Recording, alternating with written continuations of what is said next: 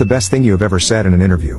1. I called the woman interviewing me Tina. Her name was not Tina. I did this on purpose. I was being interviewed for an IT position with a very high-end resort. From the moment I started interacting with this woman, I knew I wasn't going to take the job even if it was offered. She was that unpleasant. However, being the professional that I am, I figured I should at least complete the interview. That was before she started talking down about her employees as if they were her personal servants. She was elitist beyond belief. She outright laughed in my face when I told her I had experience dealing with wealthy people. She generally made no effort to hide her disdain for poor people and told me that I would not be permitted to ever talk to the clients. It was at some point during this conversation that I had Ron Swanson running through my head. When people get a little too chummy with me, I'll like to call them by the wrong name to let them know I don't really care about them. The woman in question was named Tony, but by the time she was done with my interview, I wanted to call her Satan. So, at the end of my interview, I stood up, reached out my hand and said, "Thank you for the interview, Tina. I'll see myself out." I thought her face was going to explode. How dare this peasant call me by the wrong name? Exclamation mark. Yeah, I nuked that bridge from orbit, but I have absolutely no desire to work for a person like that,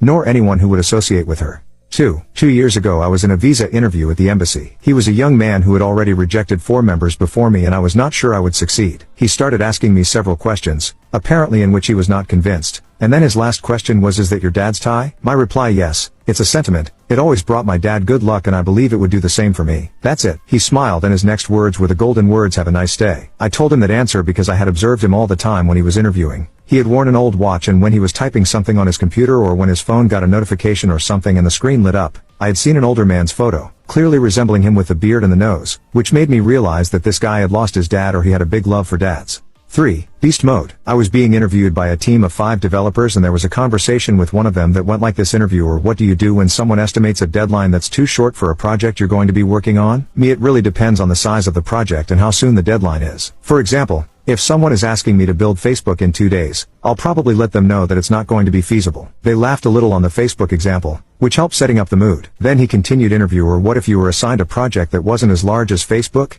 Instead, a project that was small-sized but with a tough deadline?" Me: "In that case, I will inform them of my concerns and make sure I give them frequent updates about the progress. For instance, I'd report after 25% of the project time elapses how close am I to getting the project 25% done and so on. If it's getting closer to the deadline date and I haven't hit appropriate milestones, I'd inform them that we are probably not going to be able to meet the deadline and we should consider extending it." Interviewer: "What if they said that they're not going to be able to stretch the deadline date?" Me: "Well then I go beast mode and work late until I get it done." The entire room laughed really hard. I think most of the developers were gamers, so that resonated well. I ended up being hired.